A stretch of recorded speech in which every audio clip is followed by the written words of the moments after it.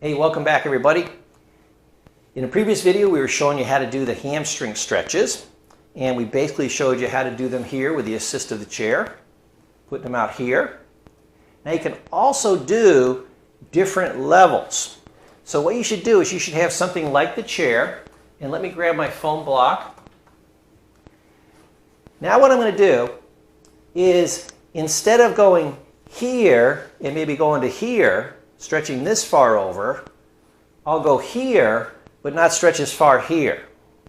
So it's two different stretches. One at a lower level, then a little higher, then a little higher, then a little higher. So there's two ways to stretch: by leaning forward and creating tension here, and by raising the leg slowly. I like to do a little bit of both. They give you slightly different stretches. As you raise it a little bit higher, it gets a little farther down on the hamstring, okay? More into the groin area, okay?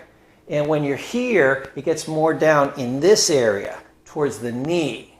So, two different styles give you a little bit different stretch. Perfect. Blocks are great. These are foam blocks. They're called yoga blocks. You can use them for different stretches, especially when you're really inflexible, but you're trying to get flexible. This is another aid, just like a chair. So say you were doing full splits, but you couldn't quite get down there to where you could put your palms down enough to be off the floor. Well, I can raise it by a block, or I can turn it this way and raise it even more, okay? Or I can put two yoga blocks on there, whatever I need, or go back to the chair. So these are just a nice little spacer to add those levels that you need to take the pressure off of the stretch, or to slowly increase your stretch. These are like a $6 to $8 item on Amazon, so I would definitely get the yoga blocks. Now, the other stretch that you can do is from the side, and you simply put your foot up here. You want to keep your toes pointing, like I'm pointing towards you, and all you want to do is just kind of go over. This is going to work the hips. It's going to stretch across the back. As you tip your head, it'll even get your neck a little bit. It'll work in here. You'll feel it in here across the inside groin. They call those the adductors. And that works the inside of the leg. We just worked the hamstrings, which were the back side of the leg. Now we're going to work the inside of the leg. Very simple. Again, if you need, help yourself with the chair. Putting the hand over the head can help. Sometimes if that's too heavy, you put the hand on the hip. Whatever adjustment you need to make.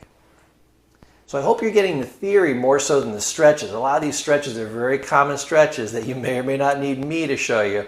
It's the way in which we're doing the stretches that I want you to learn. Somebody's going to send me a comment and say this was way too simple. Yes. Matter of fact, it's very hard to find complicated stretches.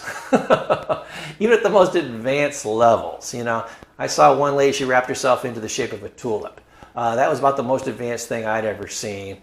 But she's a fitness expert and gymnast, you know, since the age of 6. We're probably not going to get there.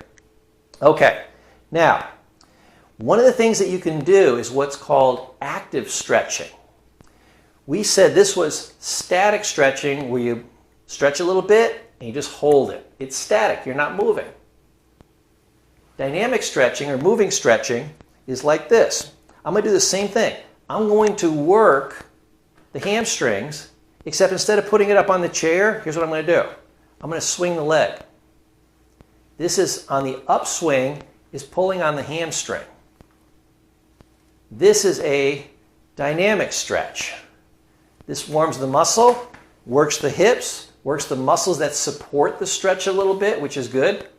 A lot of people don't realize that part of the reason why they can't stretch very well is for the muscle to stretch, it needs strength in the opposing muscle.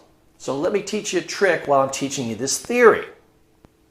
Say I'm trying to do this stretch, and I want to improve my hamstring stretch underneath here. How do I do that? A, static stretching. B, dynamic stretching. C, by strengthening this. So if I work the quads, that's these top muscles here on your thigh. If I work those, then these muscles underneath will relax. Why?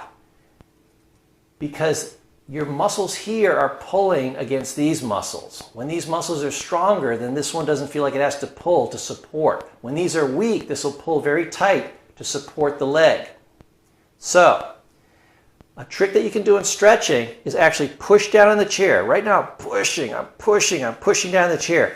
If I push down about 50% as hard as I can push, and I hold that for about 30 seconds, I will not only strengthen this muscle, the opposing one, which will help my stretch long term, I'm also fatiguing that muscle so that after the 30 seconds, when I release it, my leg's tired and it's easier to stretch.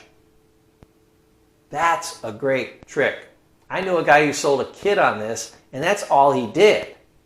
He pushed down, fatigued that muscle, both by working it out and then holding it down for 30 seconds to 60 seconds and really wearing out that muscle, the opposing muscle, and then just stretching the opposite muscle, in this case the hamstring.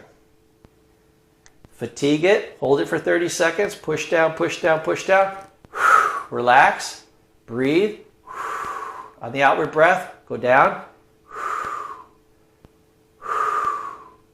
Breathing is very important for stretching. When you breathe in, your body gets energy. When you breathe out, it releases energy. When you breathe in, it takes in energy, which is tension. And when you breathe out, it releases energy, which is relaxation. So a lot of people, you'll see them breathing as they're stretching on the way down.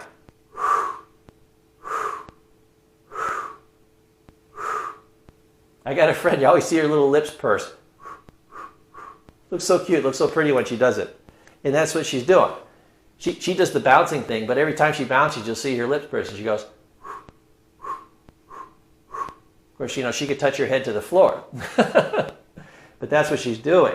Even at her level, it's the breath and the relaxation.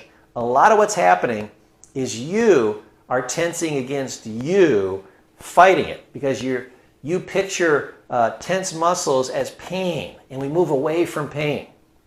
So when you're in pain, you tend to tighten up the muscle. If you tighten up the muscle, then it won't stretch. And if it's not stretching, then it's not hurting. So your brain kind of plays a trick on you.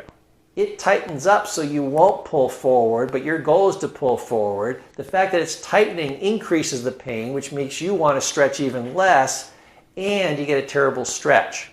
But by relaxing into the stretch and breathing into the stretch, you get past that mental trick of your body tightening up.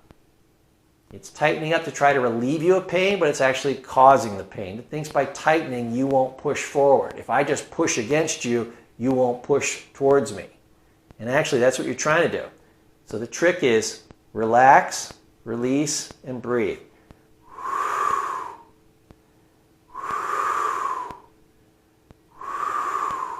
And then just hold wherever you're comfortable. That's it. Okay. That's your lesson for this video, and I'll see you in the very next one. Take care.